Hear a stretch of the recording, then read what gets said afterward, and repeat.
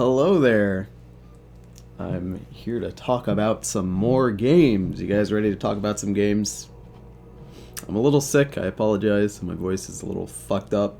As you can tell by the title, what game do you think is underrated? We're gonna talk about what game you guys think is underrated.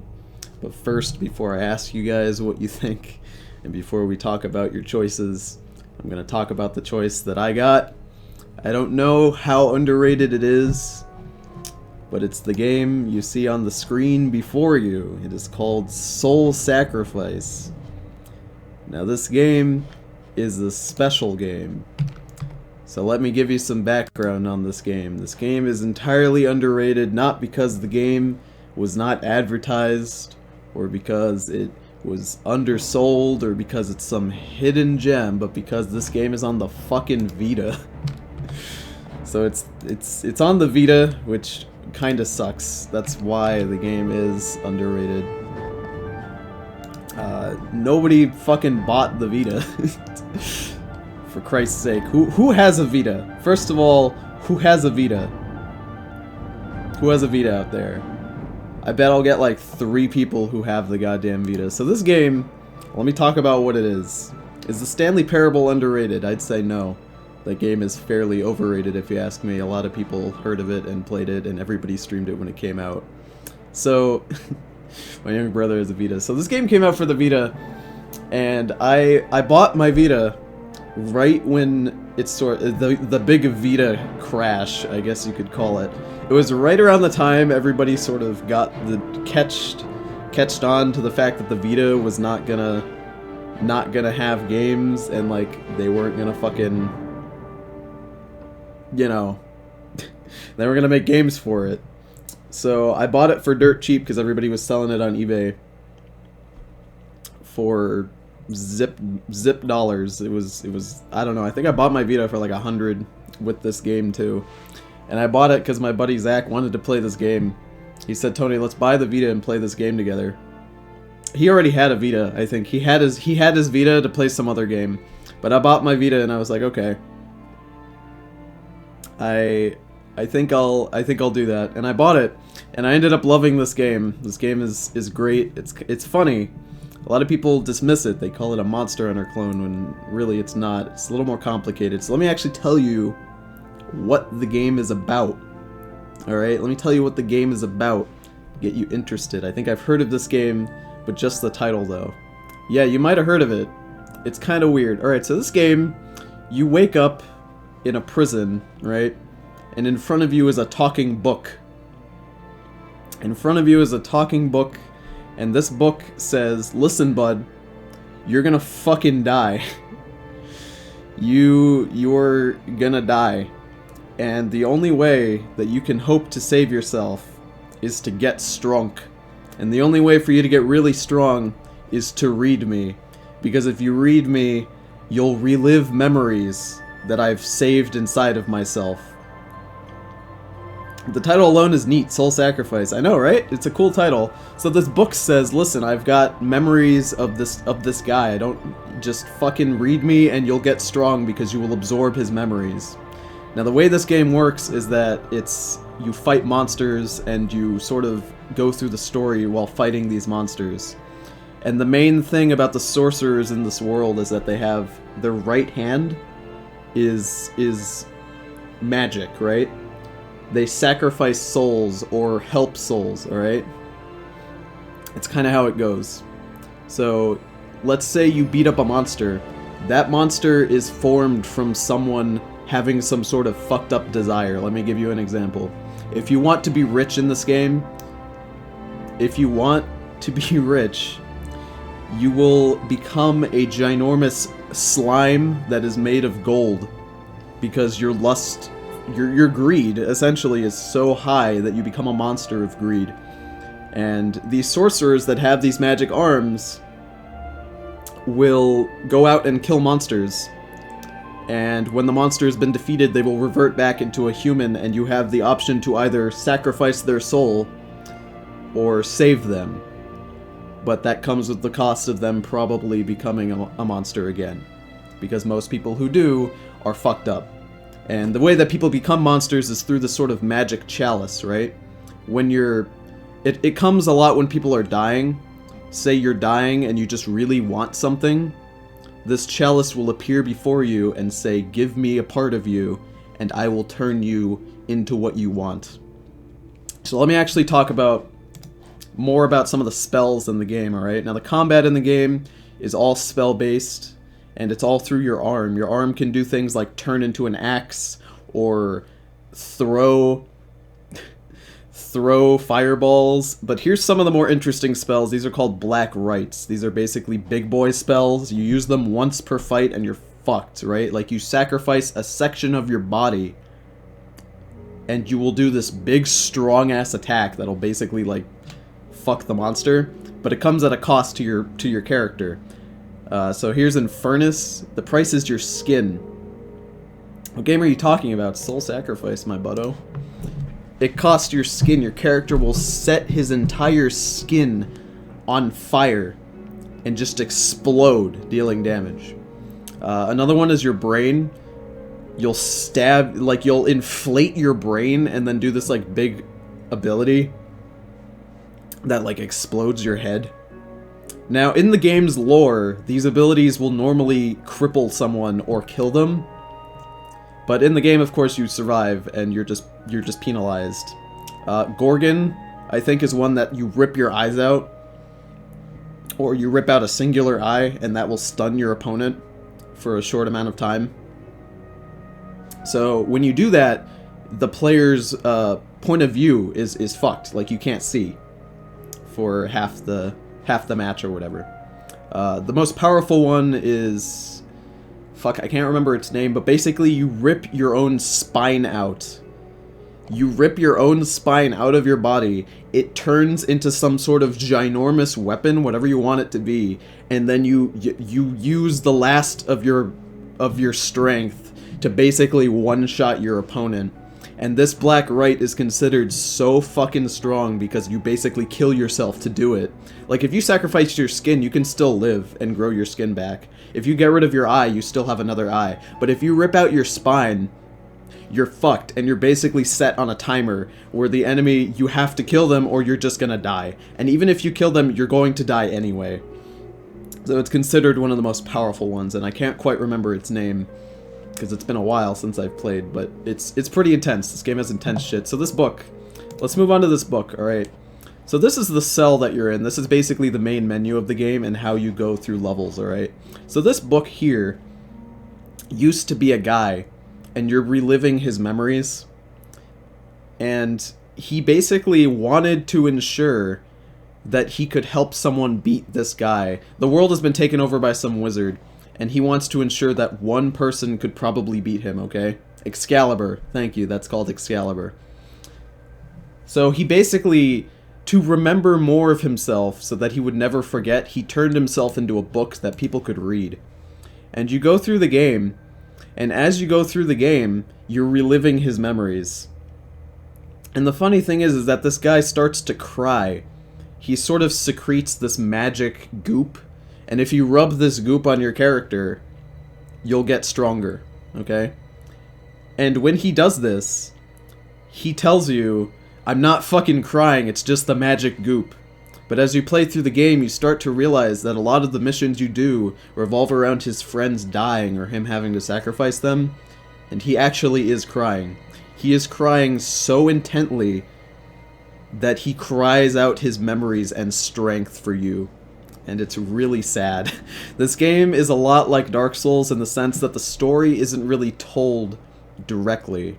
It's a lot of you watch the environment and you watch the enemy design and you watch the way things work to determine the story, and everything is fucking sad, dude. It's fucking sad. This guy's life is just really sad. So what did I pull up here? Right, okay, so this is Goliath, right? This is the Cavern of Goliath. I'm gonna hit you with one character, one monster, and 2 areas, and I'm gonna give you the stories of these areas to give you an idea of how this game is, alright? So this is the Caverns of Goliath, and you're basically fighting inside of a person who's a giant. Now let me tell you how this works. There was once a country that was fucking huge, okay? It was expanding and it had ginormous armies and nobody could stop it. And essentially they'd walk their army in, beat the shit out of you, take over your country, and replace all of their flags and soldiers and customs with their own, okay? And there was this little tiny town, little nation, and they weren't going to be able to stop it. They had nothing. They didn't have any sort of sorcerers, or their army was not very strong. They couldn't really stand a chance. So when they heard that this big nation was coming for them, all their army just sat in the town and just gave up. They were just gonna let them walk in, except for one guy. This one guy is the biggest patriot to ever live, and he said, "I'm not gonna let them fucking get to my nation. They won't touch my flag. The flag is what I live for. My people will continue to be their own." And he stands in the middle of the road. Keep in mind that this big nation that's coming does not send their entire military. They send just a little invasion force to scout out to see what they have. They send this little force, and that is enough to scare the shit out of the micronation. Were those his exact words? I don't know, but this is a summary, all right? So he stands in the middle of the road, and the enemy big nation that's coming pushes him to the ground, and their troops trample over him. They just fucking walk over him. He's not even a threat. They just throw him to the ground, okay? So this guy is dying. This guy is dying because they've trampled him. Like a small army has trampled this man. And while he's dying, crippled and bleeding on the ground, this big thing appears in front of the soldiers that are coming into his town. It's a big mouth. And they walk into this mouth. They walk into the mouth, and they start walking through these caverns. And basically it's a human body. They can't get to the town because they have to go through this to get to it, because the body is wrapped around the town. It's wrapped around the micronation. And they have to get through this guy's body to get there, and nobody can get through it. They can't get through the bowels because there's acid and shit. If they get through that, they can't get through the intestines because there's shit, literal poop everywhere. And do you want to know why this appeared? Because this cavern is that man who was trampled. While he was dying on the ground, the magic chalice that fucks everything in this world appeared before him and said, "Give me your body, and I will stop any people who try to get to your nation." And it turns him into this giant, and it wraps him around the area, and the guy is forever stuck there. And the reason it's called the Caverns of Goliath is because that man's name is Goliath. And you're walking through him, and you will never get to his nation. But the thing is that all of his people died because they didn't have any way to get out, because they couldn't go through him. Yeah, they couldn't get through him, so they couldn't trade with other nations, and they just ran out of food. They ran out of food and stuff. It's really sad. They lived for a little while, but they couldn't get out. It's pretty deep, yeah. This one's a little simpler. It's called Aquarius. I couldn't actually find any pictures. This game doesn't have any like pictures or anything of it, which is unfortunate. But I will pull up the title. It's called Aquarius. So Aquarius, there's a nation, okay? There's a nation with a king. Well, a prince, okay? This prince is fucking dirty. His room is full of dirt and shit, and he never bathes, and he never washes himself, okay? He's disgusting. He's the dirtiest boy. Now, this boy is taken care of pretty much by his mom. Always by the nations. Yeah, the areas the areas I picked, the two are about nations, but some of them are just like places that have been fucked by one guy. So this boy is fucking disgusting. This boy is disgusting and his mom takes care of him. And he really doesn't give a shit about anything except for his mom. So the prince is Christian, essentially, yes. So his mom dies, okay? His mom dies of a disease and nobody can fix it, okay? And this boy then inherits the throne because his mom ran everything. It was just him and his mom. So he inherits the throne and says to his subjects, "This is disgusting. My mother died because my kingdom is dirty." So he sets out to make the cleanest kingdom. And in doing so, the chalice appears before him and says, "I will give you something to make your kingdom clean. So clean that your mother would have never died." And he says, "Yes, do it. Do it. Fucking do it." And a giant urn appears before this area, okay? And this urn just constantly dumps soapy water onto the kingdom, okay? But it needs things to fuel it. It needs something that can be made into soap that would then go with the water to keep it clean. And the guy just starts throwing soap in there and starts throwing other shit, okay? And he runs out of soap. So do you know what he starts to throw in there? His own people. He throws his own people into the urn until everyone in his kingdom is fucking dead. Because you can make soap out of humans. If you guys didn't know, you can actually make soap out of, like, I don't know, is it bones or skin? But yeah, you can actually make soap out of people. So he throws his own subjects into this giant fucking urn. And when you fight in this area, it's literally just a drowned kingdom, and you're standing on top of, like, soap and soapy water. It's really... and it looks like a fun level, but it has this sad story. So, yeah, it's bones and fat, thank you. So they all die. And the funny thing is do you want to... and then, basically, the chalice comes back. And he calls the chalice again, and he says, "What the fuck? My kingdom is still here, but the last people who are alive are still sick, right? Like, they're getting sick." He's like, "What the fuck is going on? I did what you said. You gave me this goddamn urn. Why isn't it clean?"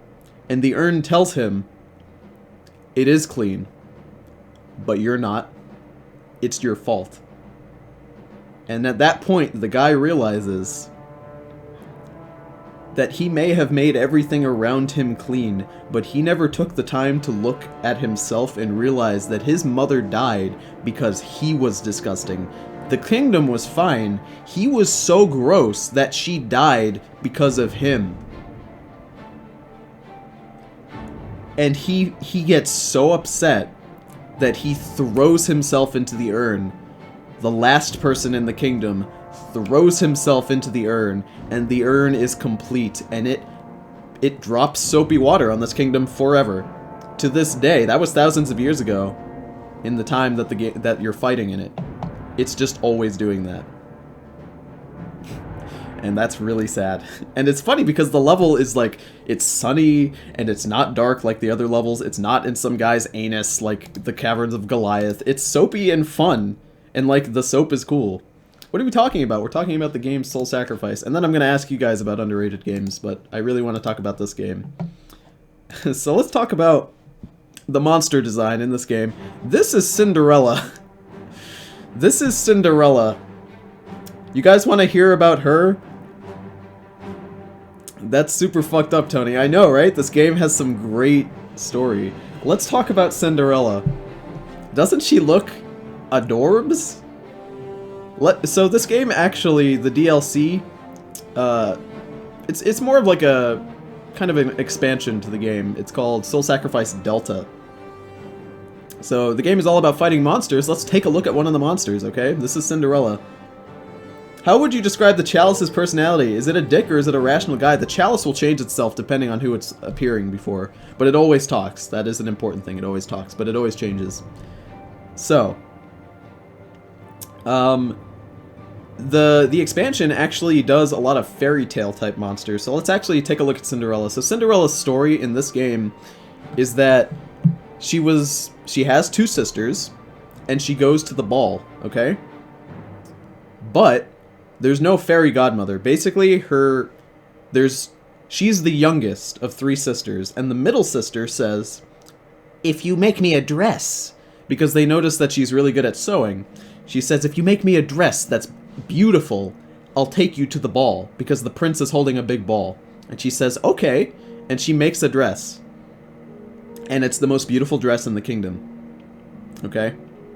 And the sister sees it, and she's impressed, and she says, "Wow, that's amazing, but I'm not taking you to the ball, you bitch. You're staying here, and you're gonna cook my food for when I get back, and you're gonna goddamn clean my underwear, you piece of shit." So, Cinderella her heart just breaks. So she goes into the woods near her house and grabs a centipede and extracts the poison from the centipede and dumps it in her sister's food before the ball. And her sister is bedridden. She can't go. So Cinderella puts on a mask, because it's a masked ball, and impersonates her sister wearing the dress. And all the men there are just in love with her. And can you guess why? It's not only because she was the most beautiful of the sisters, but because she had the most attractive legs in the kingdom. This is a kingdom where legs are very important. She has the prettiest legs you've ever seen, okay? All the men love her.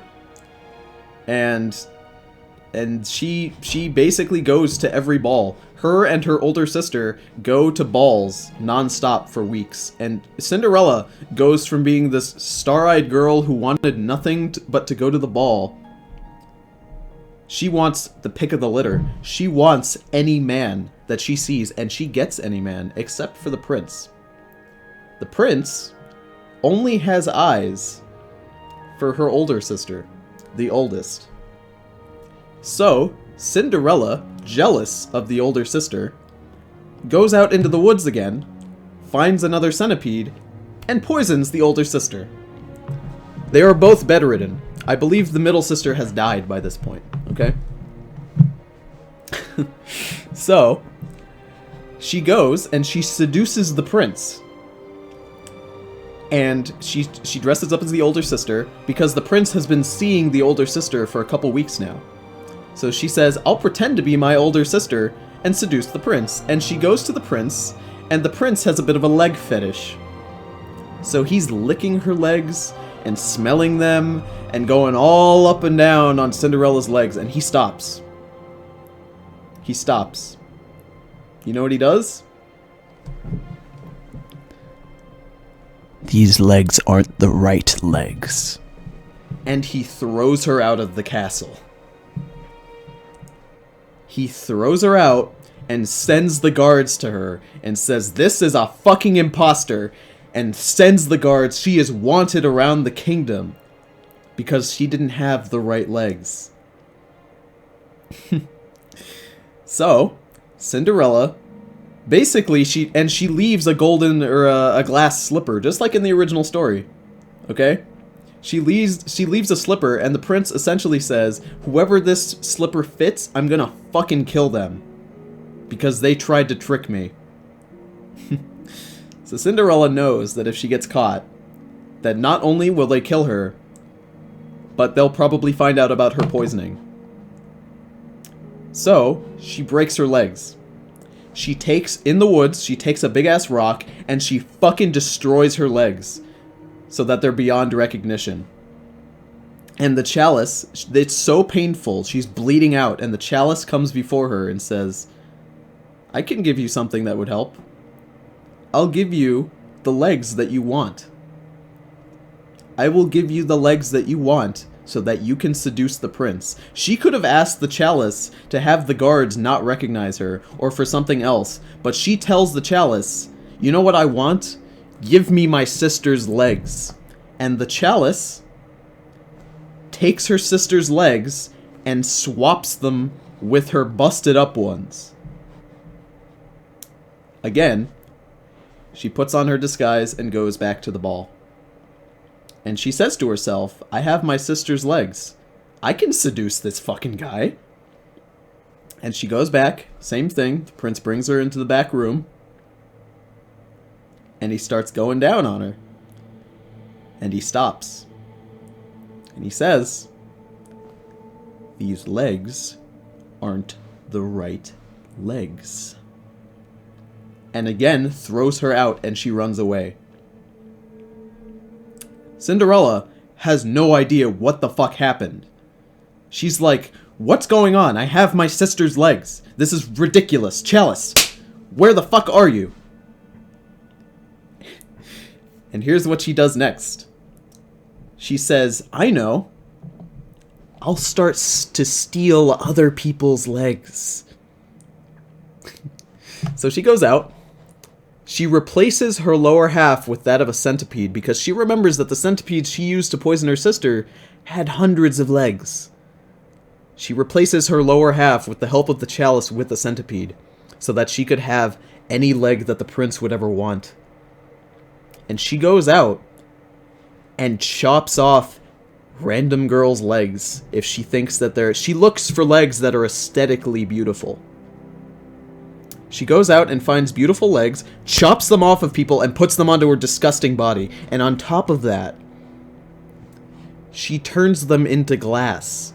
Because she believes that if she turns them into glass, they'll be even more beautiful to the eye. Keep in mind I said to the eye. She returns to the prince. Every time she comes back as this centipede, she says, "Do you love me now?" And the prince says no. Every time. He says, "These aren't the right legs." And do you want to know why? Because the prince has a foot and leg fetish. But not for how they look. For how they taste. He loves the taste of legs and the certain taste of feet. Okay? And he loved her sister because she didn't really bathe that often, and she had a very distinct flavor. And she finds this out and basically fucking takes the prince and attaches him. That's why he's there. That's why this monster has glass legs, and that is why she's a centipede, and that's why his head is here. She attaches his head right there, and he can't ever lick feet again. He can't ever lick them again because of where she is. Or where he is on her body. And she basically teases him by wrapping him close to her legs, but he'll never get to taste these legs. And on top of that, these legs are glass. They all taste the same. That's why he didn't like her. Because every time she came back, it was just another glass leg, and he was just tasting glass, and he fucking hated it. And that's why this monster is like this. Is that not insane? It's crazy. If you attack this monster on her butt, you can make the prince enraged that he'll fight back against her, and she will take more damage, and she won't be able to attack because this prince will be flailing back and forth, and he'll basically fight against her and help you.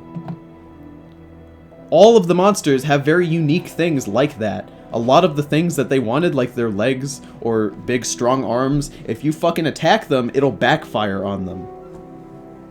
And it's really interesting. Let me tell you the last thing. There are actually other characters. As I said, you're reliving the memories of this book named Librum. And a lot of the people you meet were his friends. Okay? This guy is Calixo. Calixo is an asshole. You meet him, and he is the biggest narcissist to ever live. Keep in mind that the sorcerers with their right arms are basically out there to kill monsters, to either sacrifice the human. Once they've killed the monster, they either sacrifice the human or they save their soul. Calixo is a huge asshole, but for some reason...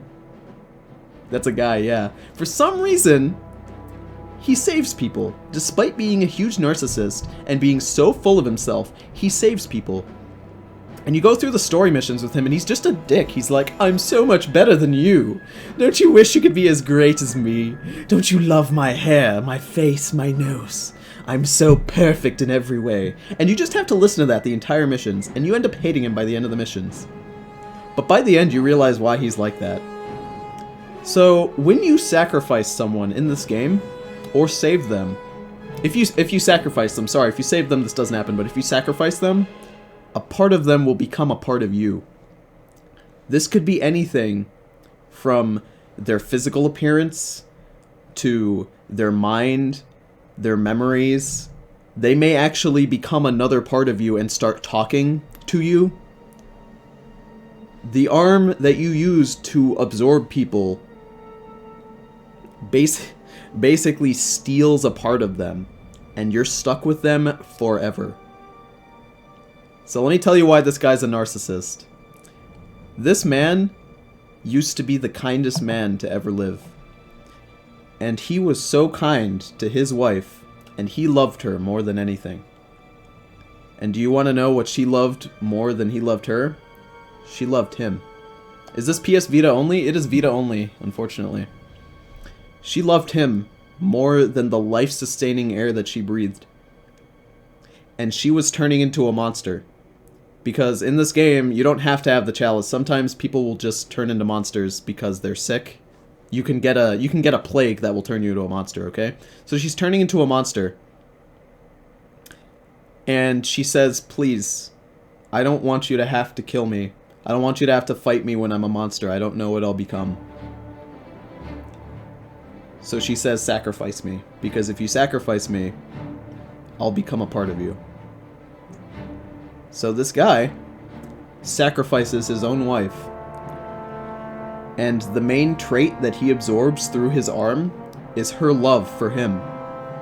Her love for him was so strong that when he absorbed her, it turned him into a narcissist because the main trait that he got from her was the love for him. That became a love for himself, and that is why he's a huge asshole. But at the same time, he doesn't kill monsters when he's beat them. He saves them because he does not want to do that. He doesn't want to kill people. The only reason he sacrificed his wife is because he wanted her to be with him forever, in some fashion.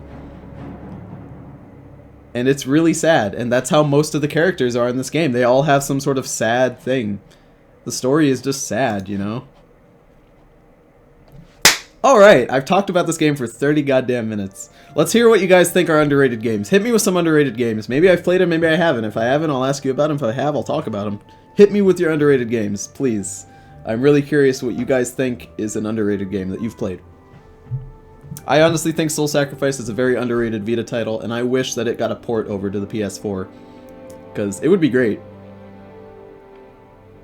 I'm waiting to go to my college geology class. I'm so happy I've stumbled across your stream. I'm glad that you're here too, my bud. Ocarina of Time, Undertale. Friday the 13th on the NES. Oh god. I played that. Impossible Creatures is an amazing underrated game. Yes, Impossible Creatures is amazing and underrated, and you can get it on Steam, and it's fucking good and you should play it. Freedom Wars on the PS Vita. Hoonicam. Hoonicam. DJ Glitterbuns. DJ Glitterbuns doesn't like when I call it Hoonicam because it's pronounced Honeycam. But, I remember when I got Honeycam.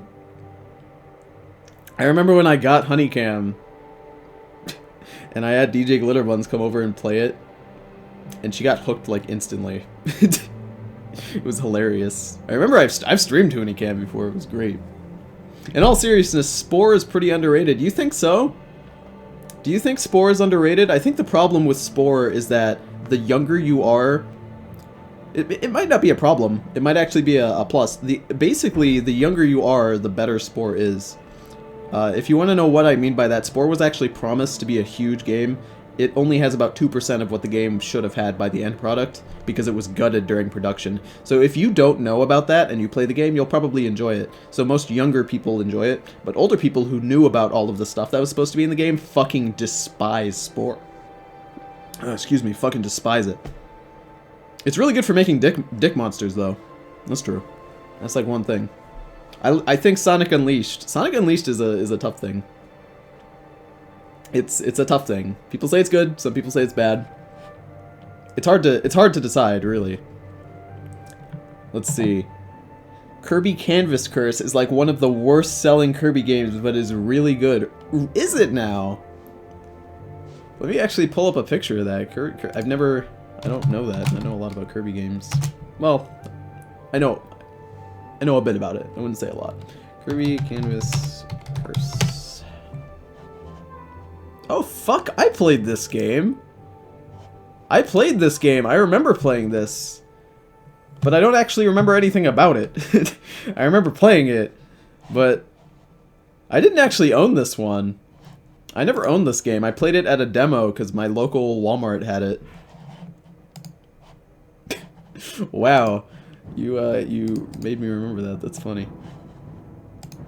The World Ends With You is an underrated game. Fuck yes it is, dude. If you guys don't know what The World Ends With You is, you should get it. Ends With You. Actually, wait, I think I have it on my computer. Hold on, let me pull up my files. The music in The World Ends With You is why it's so good. That in the game itself, but the music is why I love it. Let me actually pull up the music. It's in my music folder. There we go, Twister. Fuck yeah, dude. This game is good. And it's got some sick-ass beats, I'm not kidding. The beats in this game are top tier.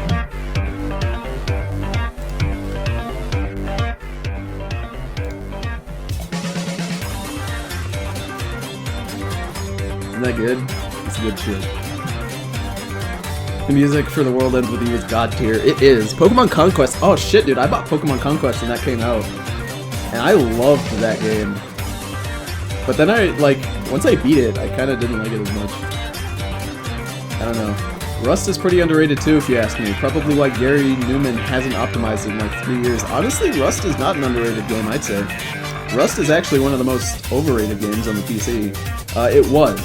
I should say was. It was the most overrated, one of the most overrated, until Ark came out and just like blew it out of the water.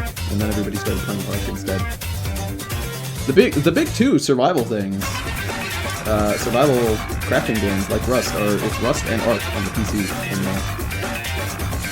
God Hand on the PS2. Ooh, God Hand.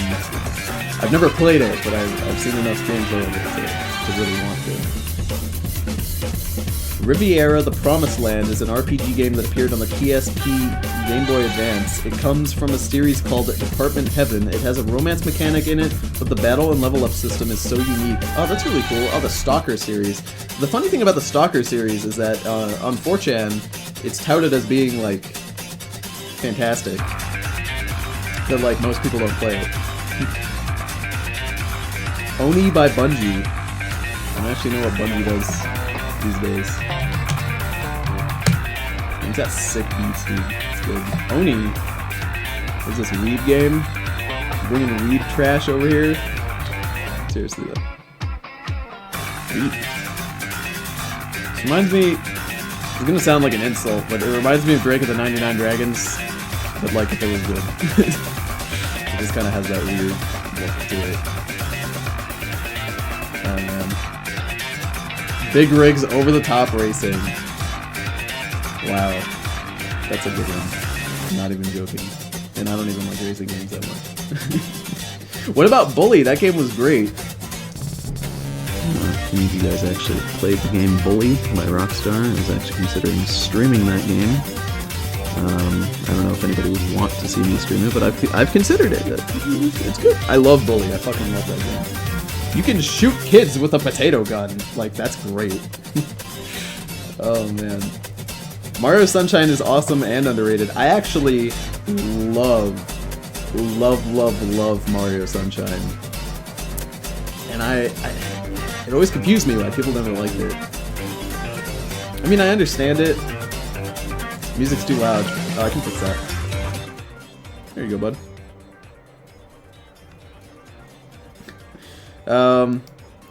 I loved Bully, and I loved Mario Sunshine. I was always confused why people didn't like Mario Sunshine.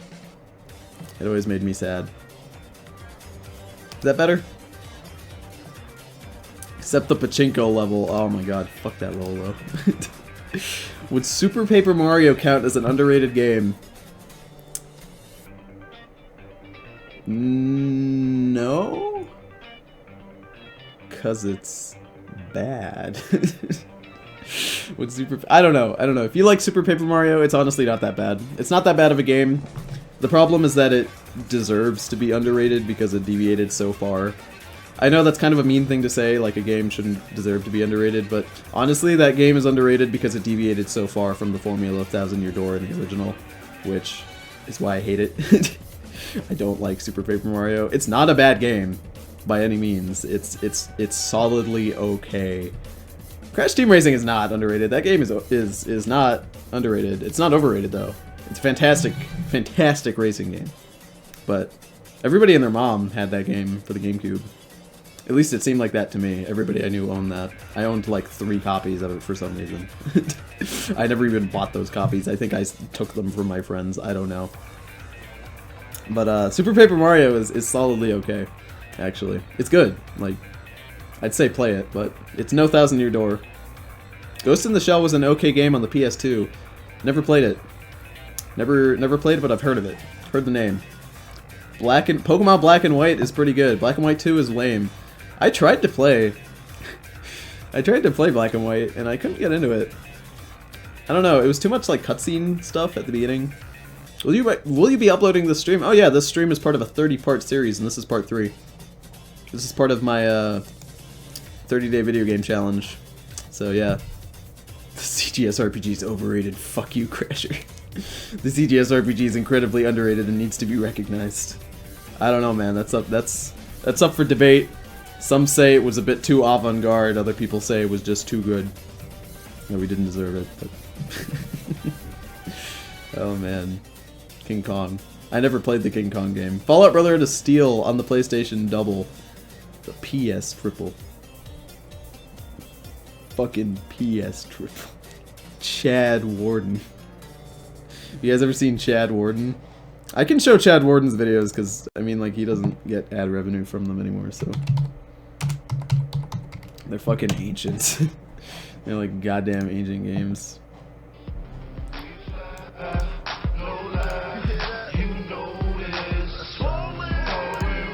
Sup, bitches. Sup, bitches. It's Chad Warden here. Chad Warden. I'm talking about that PS Triple. The PS Triple. I ain't talking about that Wii. Fuck that. That Wii shit. People will be talking about how it's all new and shit. But you know what I'm trying to say?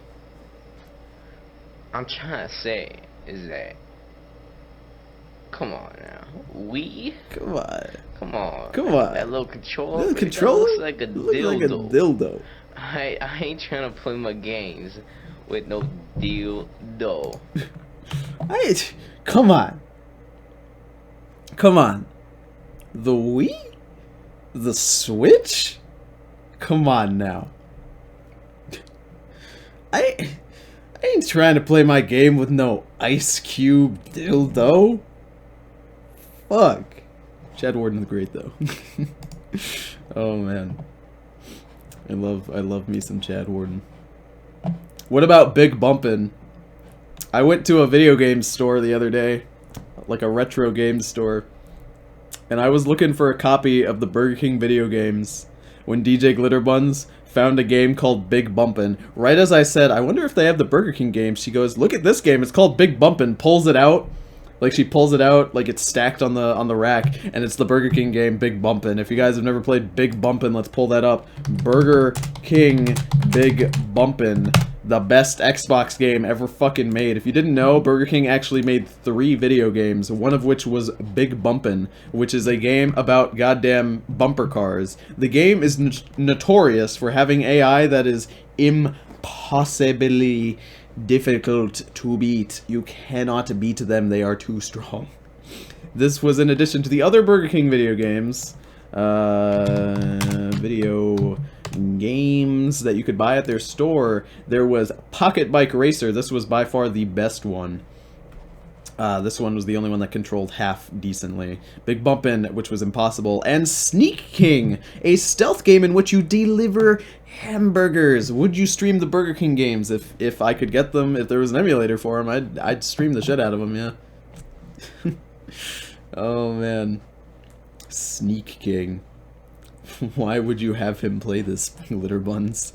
Oh man. DJ Glitterbuns is the bunny. She could be. You don't know. Sleeping Dogs was also underrated, I feel, considering how many things it did well. I don't know enough about it. Mortal Kombat Shaolin Monks. Oh boy. The Meteos series. I don't know what that is. I loved Black and White because it was the generation that had the most Pokemon introduced, and I loved what Game Freak of America did for the Pokemon designs. I don't know, there was too much like cutscene shit at the beginning. I couldn't get through it. Which is why I can't get through Pokemon Sun and Moon. There's too much goddamn cutscenes. Man, you guys ever eaten Mac and Cheetos? You know it's an underrated snack? Mac and Cheetos from Burger King. That shit's delicious. Oh man, we've been going for about 45 minutes, which is normally about how long I do these videos for. So I hope you guys had a really good time discussing underrated games. I think this has been really fun. Infected on the PSP. Honestly, I thought the Daxter game on the PSP was underrated too. What's your thought on the underrated Devil May Cry game? I think it was... I never played it. I've actually never played a Devil May Cry game. So, couldn't comment on it. So this will be the end of the stream. I hope you guys had a good time discussing this. We will be doing these every Friday. If you guys would like to know what I'll be discussing in these videos, here is the list that I'm using, essentially. So we are at day 3, which is a game that is underrated.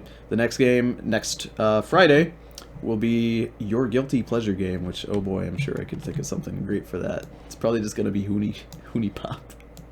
Or Hoonie Cam. Honeycam, excuse me. So, I hope you guys had a good time, and I will see you on the next stream.